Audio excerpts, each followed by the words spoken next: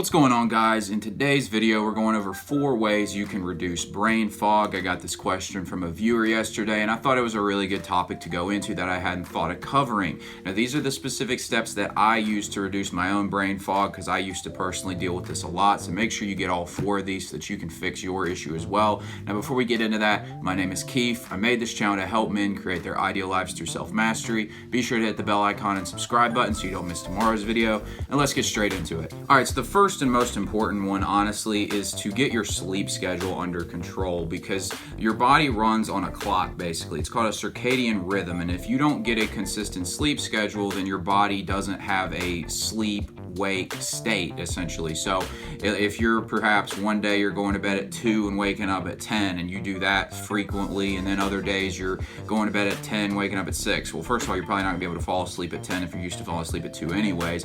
But basically what happens if you don't wake up at a consistent time, your body doesn't know how to prime itself for it, pretty much. It's like warming up a car. Like if your body's not expecting to wake up at a certain time, and it doesn't have the proper functioning system and repetition and routine going, then it just doesn't really optimally sleep and awaken. So what's going to happen when you get your sleep schedule under control is you're going to sleep better, which means you're going to have more energy when you wake up. And then when you do wake up, your body's expecting to wake up. It's primed to wake up. If you've ever noticed this too, you'll notice perhaps you were in a really deep dream-like state of sleep, and you get awoken up and you're really drowsy and kind of in a funk. Well, if you get your sleep schedule under control, this doesn't happen, because your body can calibrate and time out and expect when it's going to be waking up. So your body starts to rise out of those deep levels of sleep before you need to wake up, so that you wake up in a more natural state and you're just more present by the time you get up. This to me was the biggest one. Also, a lot that has to do with it is not only getting your sleep schedule right, but waking up fairly early. I'm not saying you got to wake up 5 o'clock, but if you're waking up at 10, 11 o'clock in the morning, you're probably going to feel kind of funky, because and part of that's just going to be because kind of intrinsically that you're waking up late, so a slow start to the day, so your mind's kind of in this state of taking things easy and going slower, so you're just going to be a little bit sluggish if you wake up late, which is why I'm a big proponent of waking up. I usually wake up around 6 to 7 o'clock. I think that's kind of an ideal state for most people. I've tried the 5 a.m., 4 a.m.s before, and personally for me, it just wasn't that beneficial. Some people really like it though, but getting that schedule right is huge. Second one I got here is to get off the phone screens, and in particular porn. Okay, now the reason for this is the phone just kind of zaps you into your head. If you know people who perhaps have office jobs where they're in front of a computer all the time, they're just very lacking in presence when they get off their job, and it's just because the screen kind of puts you into this weird trance, and it's just the way that it works with our brains. And I say in particular porn because porn has the effect of really sucking you up into your head and really stifling you, and getting you distracted on something where you can't be present. Brain fog in a lot of ways has to do with just lack of presence. So the more present you are, the less brain fog you're going to have, generally speaking.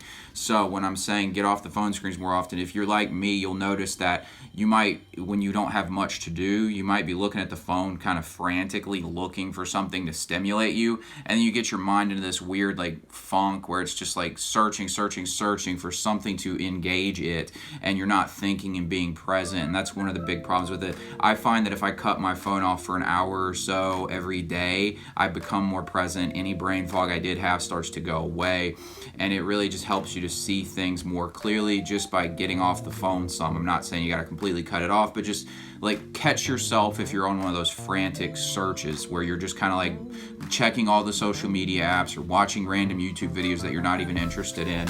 Just catch yourself when you're doing that and just put the phone down and get more present and get more comfortable without having to be constantly stimulated by the phone. This will help a lot as well. Third one I got here is eating better. You'll notice a very quick change in the way your body feels and how you think if you eat a high-fat diet and you reduce the amount of sugar in your diet. And the reason this works is fat, it's kind of like an oil for it kind of primes your brain. Honestly, it's I don't want to get too sciencey with it, but honestly, when I started doing high high fat diets, it was like I was so much more present and clear.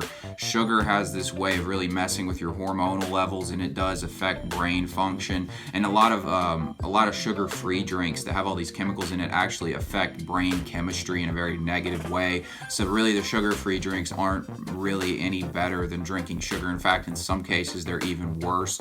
Getting on a natural, healthy diet is really the key. Another one I just thought of this that has to do with your health is a cold shower. Cold showers, because they just kind of zap you out of your head. The irony about brain fog is it happens when you're more in your head than you are when you're in your body, which seems kind of backwards, but it really is the case. So if you get a cold shower in the morning, it'll get you out of your head as well. It'll wake you up, it'll prime your brain.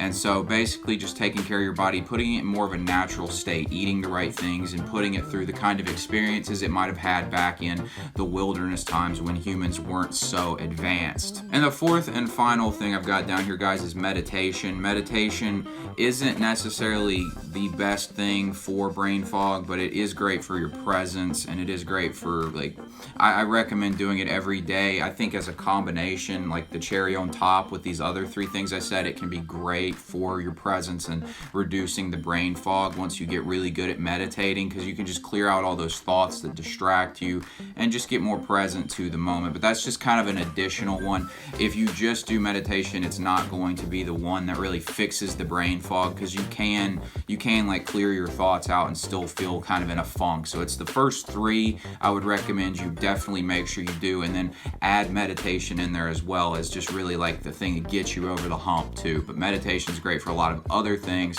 but it does help with brain fog as well. Hey guys, that's all I got for this video. If you got something out of it, give me a like so I can reach more guys through the algorithm. Hit the bell icon, subscribe button so you don't miss tomorrow's video. Thanks for watching, and I'll talk to you later.